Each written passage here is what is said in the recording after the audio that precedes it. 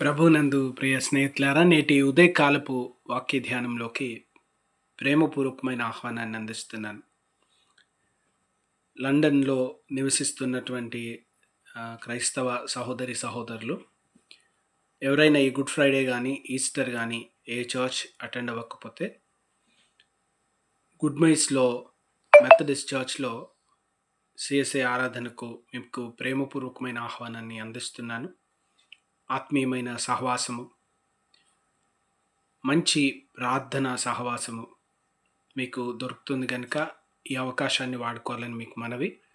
అదే రీతిగా భారతదేశంలో ఇంకా అనేక ప్రాంతాల నుండి ఈ వాక్య ధ్యానాలు వింటున్నటువంటి వారు ఈ పరిచర్య కొరకు ప్రార్థన చేయండి. మీ స్నేహితులతో, ప్రియులతో ఈ వాక్యంను పంచుకోవాల్సిందిగా మనవి చేస్తున్నాను. నేటి కొరకైన వాక్య భాగము మత్తయి సువార్త 6వ అధ్యాయము 17వ వచనం. ఉపవాసము చేయుచున్నట్టు మనుషులకు కనబడవలనని కాక రహస్యమందున్న నీ తండ్రికే కనబడవలనని నీవు ఉపవాసము చేయనప్పుడు నీ తల అంటుకొని నీ ముఖము కడుక్కొనుము. అప్పుడు రహస్యమందు చూచుచున్న నీ తండ్రి నీకు ప్రతిఫలం ఇచ్చును. ప్రియమైన వారలారా, నేటి ఉదయకాలము ఈ వాక్యం గురించి మనం ఆలోచన చేస్తుండగా దేవుని సన్నిధి కొరకు కనిపెడదాం, ప్రార్థించుదాం. కృపగల ప్రభువా, దయగల తండ్రి, వాక్యం ద్వారా మాట్లాడమని యేసయ్య నామంలో ప్రార్థిస్తున్నాం తండ్రి, ఆమెన్.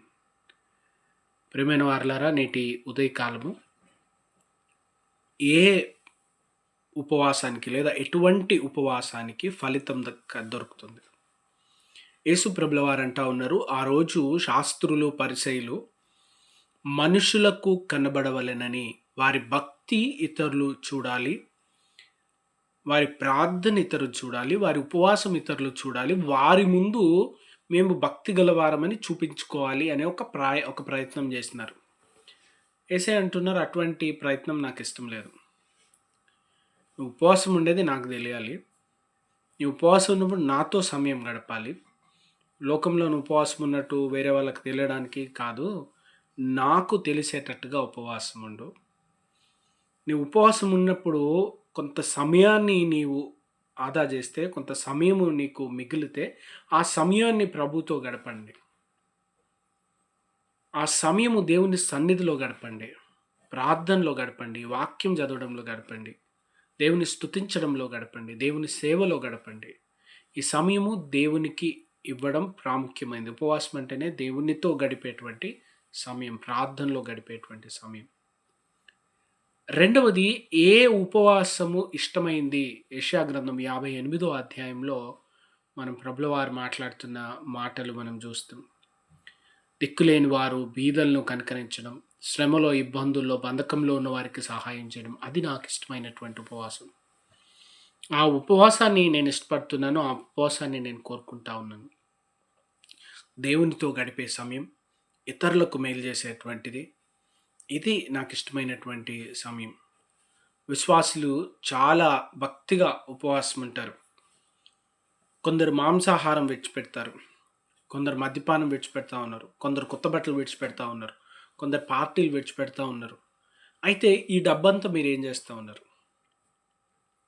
మీకు నెలకి ఈ పనులన్నిటికీ ఎంత ఖర్చు అయిందో ఆ డబ్బులు ఏం చేస్తానో, మీరు ప్రభు కొరకు వాటిని విడిచిపెట్టినారు కదా, వాటిని దేవుని సేవకు, అవసరతల్లో, అక్కర్లో ఉన్న వారికి, దీనస్థితిలో ఉన్న వారికి ఇవ్వండి.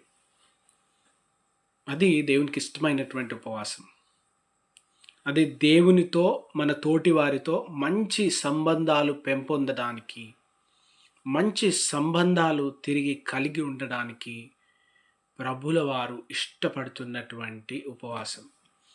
కనుక ప్రియ స్నేహితులారా, నేటి ఉదయకాలము మనుషులకు కనబడవలనని అటువంటి భక్తిని కాక, ప్రభు చూడాలి, యేసయ్య చూడాలి, యేసయ్యతో గడపాలి, యేసయ్యతో ఉండాలి అనేటువంటి మంచి భక్తి గల జీవితం కొరకు, ఇతరులకు మేలు చేసేటువంటి జీవితం కొరకు, దేవుని సేవ చేసేటువంటి జీవితం కొరకు, దేవునితో గడిపేటువంటి ఉపవాసం కొరకు, ఇటువంటి ఉపవాసం కొరకు ప్రయత్నం చేయాలి. సోషల్ మీడియాలో పాపులర్ అవ్వాలనో, స్నేహితులు చూడాలనో, ఇతరులు చూడాలనో కాక, యేసయ్య చూడాలని, యేసయ్య మెచ్చుకోవాలని, యేసయ్యకు ఇష్టమైనటువంటి ఉపవాసం చేయడానికి. యేసుప్రభుల వారు అంటారు, మీరు ఇతరుల కొరకు మేలు చేసినప్పుడు, ఇతరులకు సహాయం చేసినప్పుడు, ఇతరులు కష్టంలో, దుఃఖంలో ఉన్నప్పుడు వారిని ఆదరించినప్పుడు అది నాకు ఇష్టమైన ఉపవాసం. అటువంటి ఉపవాసం చేస్తూ దేవుని నుంచి మంచి నెమ్మది, సమాధానం, ఆశీర్వాదములు పొందే కృప దేవుడు దయచేయును గాక.